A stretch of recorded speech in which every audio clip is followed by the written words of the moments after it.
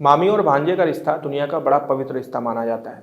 ऐसा बोला जाता है कि माँ बेटे की तुलना मामी और भांजे वाले रिश्ते से की जाती है।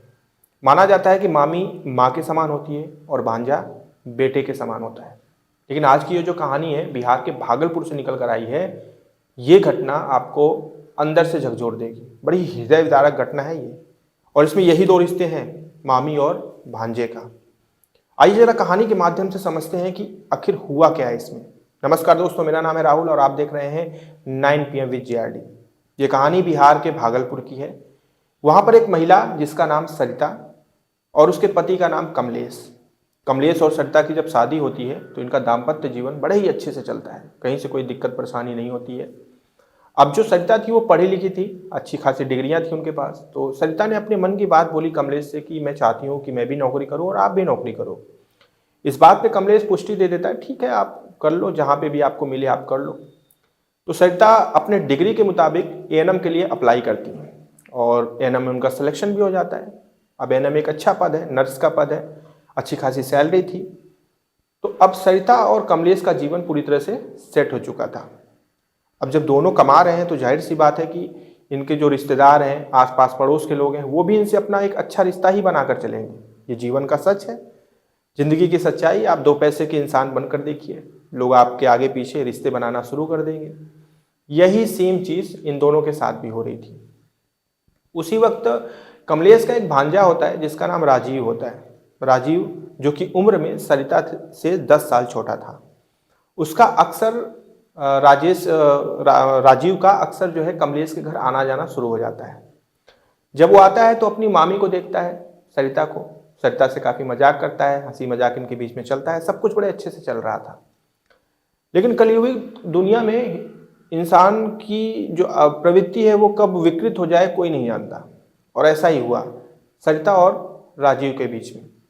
दोनों के बीच में भांजे और मामी का रिश्ता था, लेकिन इन्होंने अपनी सारी रिश्तों की जो डोर थी, जो रिश्तों की एक दायरे, सीमित दायरे थे, वो सारे दायरे इन्होंने क्रॉस करना शुरू कर दिया और इनके बीच में नज़दीकियां बढ़ना शुरू हो गई।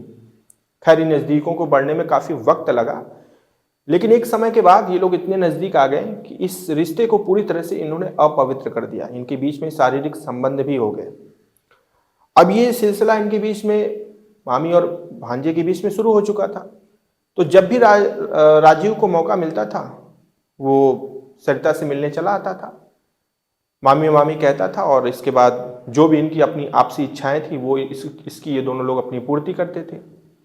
अब ये सिलसिला धीरे धीरे आगे बढ़ा और कहीं ना कहीं राजीव और सरिता के बीच में जो रिश्ता चल रहा था इसकी भनक कमलेश को लग चुकी थी, क्योंकि पिछले 10 साल हो चुके थे इनके रिश्ते को। तो जाहिर सी बात है कोई भी इंसान होगा उसे भनक तो लग ही जाएगी। तो कमलेश को भनक तो लग जाती है, लेकिन कमलेश के पास कोई पुख्ता सबूत नहीं था कि वो सामने रख सके, और वो डर भी रहे थे कि अगर ऐसा कुछ किया और अगर मैं गलत साबित हो गया तो पूरे समाज में मैं मुंह दिखाने लायक नहीं रहूंगा, क्योंकि ये बहुत पवित्र रिश्ता माना जाता है। अब ये सिलसिला आगे बढ़ता है और इतना आगे बढ़ जाता है कि लगभग सरिता की उम्र 60 साल पहुंच जाती है और राजीव की 50 साल। सरिता अपने A&M पद से रिटायर हो जाती हैं। होने के बाद अब 60 साल से हम आते हैं सीधे 72 साल पे, यानी कि रिटायरमेंट के 12 साल बाद सरिता की उम्र 72 साल हो जाती है, यानी कि उनकी गिनती अब हम वृद्ध में कर सकते हैं। और 62 साल उम्र होती है राजीव की। अब सरिता जब अपने पद से रिटायर हो चुकी थी तो इसने राजीव से बोला कि कुछ ऐसा प्लान करो कि पैसे कमाने के कुछ सोर्स बने। जो मेरी पेंशन आती है वो इतनी पर्याप्त नहीं है कि जिससे जिंदगी और ऐशो आराम से जिया जा सके। कहीं ना कहीं इस चीज़ को राजीव भी जानता था कि हाँ ये चीज़ करना बहुत अनिवार्य है ताकि दो पैसे उसे भी मिले। इन्होंने एक लाइन चुनी, एक फ्रॉड की लाइन, जिसमें कहते हैं कि लोगों को सरकारी नौकरी का लालच देना और उसके बदले उनसे पैसे वसूलना और बाद में धांधली कर देना। अब कहीं ना कहीं A&M पद से रिटायर्ड थी सरिता, एक सरकारी नौकरी कर चुकी थी, तो लोगों को उसके ऊपर विश्वास करने में बड़ी आसानी हो जाती थी। तो राजीव और सरिता दोनों मिलकर लोगों को ठगना शुरू कर देते हैं। लगभग इन्होंने कई लोगों से 4-5 लाख 6 लाख तक रुपए ले लिए थे नौकरी के नाम पे। मतलब एक तरीके से फ्रॉड ही किया था।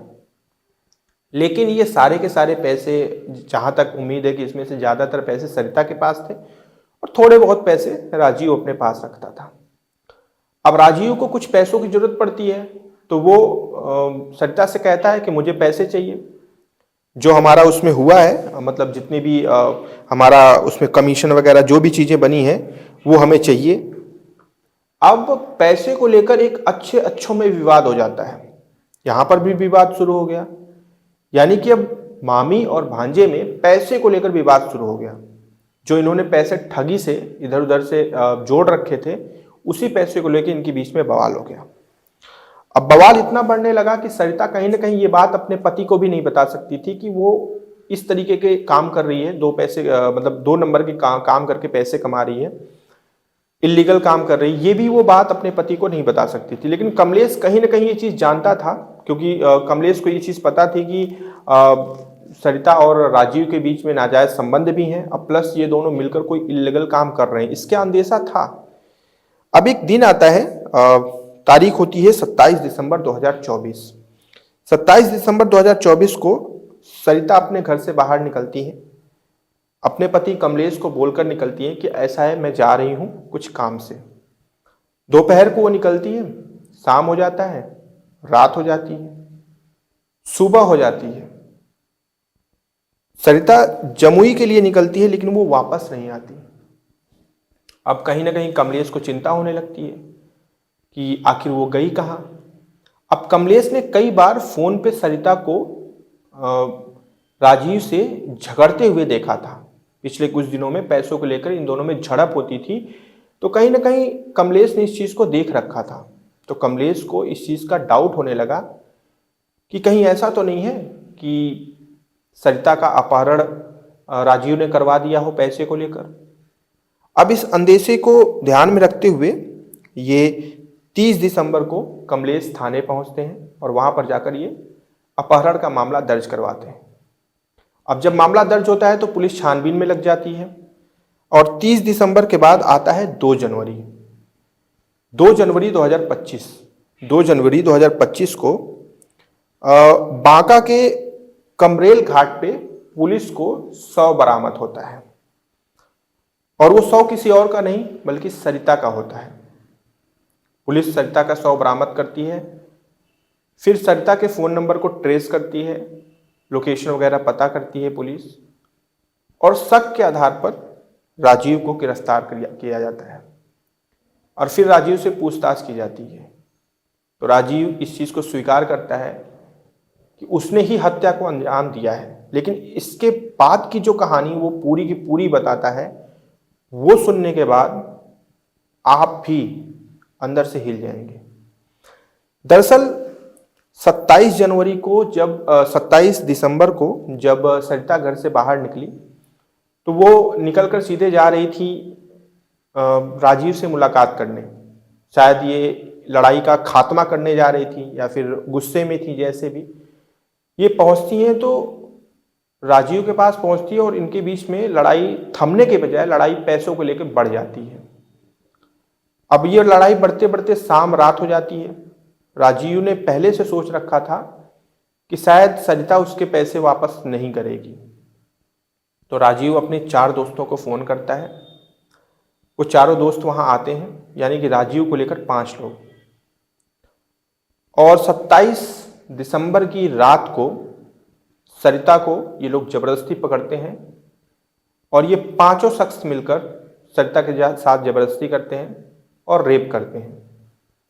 रेप करने के बाद फिर ये डर जाते हैं, इनको पता था कि अगर ये बचेगी तो लोग जान जाएंगे, तो ये सरिता की वहां पर मौके पे हत्या कर देते हैं। हत्या करने के बाद ये सोचते हैं कि अब पकड़े जाएंगे, तो ये सरिता का जो सर है वो धड़ से अलग कर देते हैं और धड़ को कहीं और ले जाके फेंकते हैं और सर को कहीं और ले जाकर फेंकते हैं। तो शव तो बरामद हो जाता है और पहचान भी तुरंत हो जाती है कि सरिता का ही है। फिर जब राजीव को गिरफ्तार किया जाता है तब वो सारी चीज़ें बताता है। उसके पास से वो तेज़ धारदार हथियार भी मिलता है जिससे गर्दन काटी गई थी, जिससे सर धड़ से अलग किया गया था। साथ ही साथ जो सरिता के कपड़े थे वो सारे के सारे कपड़े बरामद किए जाते हैं राजीव के पास से। पुलिस 5 आरोपियों को गिरफ्तार कर लेती है और पूछताछ में ये सारे इस चीज़ का कबूलनामा करते हैं कि इन्होंने ही सरिता से पहले बलात्कार किया, फिर उसकी हत्या की, फिर उसका सर धड़ से अलग करके 2 दिशाओं में उन्हें फेंक दिया। ये थी आज की घटना। मैंने नाम पूरी तरह से परिवर्तित कर दिया ताकि इनके परिवार के अस्मिता पर कोई असर ना पड़े। अगर आप आसपास के होंगे तो आपको पता होगा कि इस घटना में क्या हुआ था। तो एक ऐसा रिश्ता जो बड़ा पवित्र माना जाता है, उस रिश्ते को ताड़-ताड़ करते हुए, मानवता की सारी हदें पार करते हुए इन 2 शख्सों ने एक ऐसा कारनामा किया कि उसमें से आज एक इंसान मौजूद नहीं है और उसकी मौत का कारण वही इंसान बना जिससे उसने रिश्ते को ताड़-ताड़ किया। अब इस कहानी, इस घटना के बारे में आप बताइएगा जरूर कमेंट करके, अपना ओपिनियन, अपनी राय जरूर दीजिएगा। कल हम फिर से मिलेंगे एक नई कहानी के साथ। अपना ध्यान रखिएगा। जय हिंद।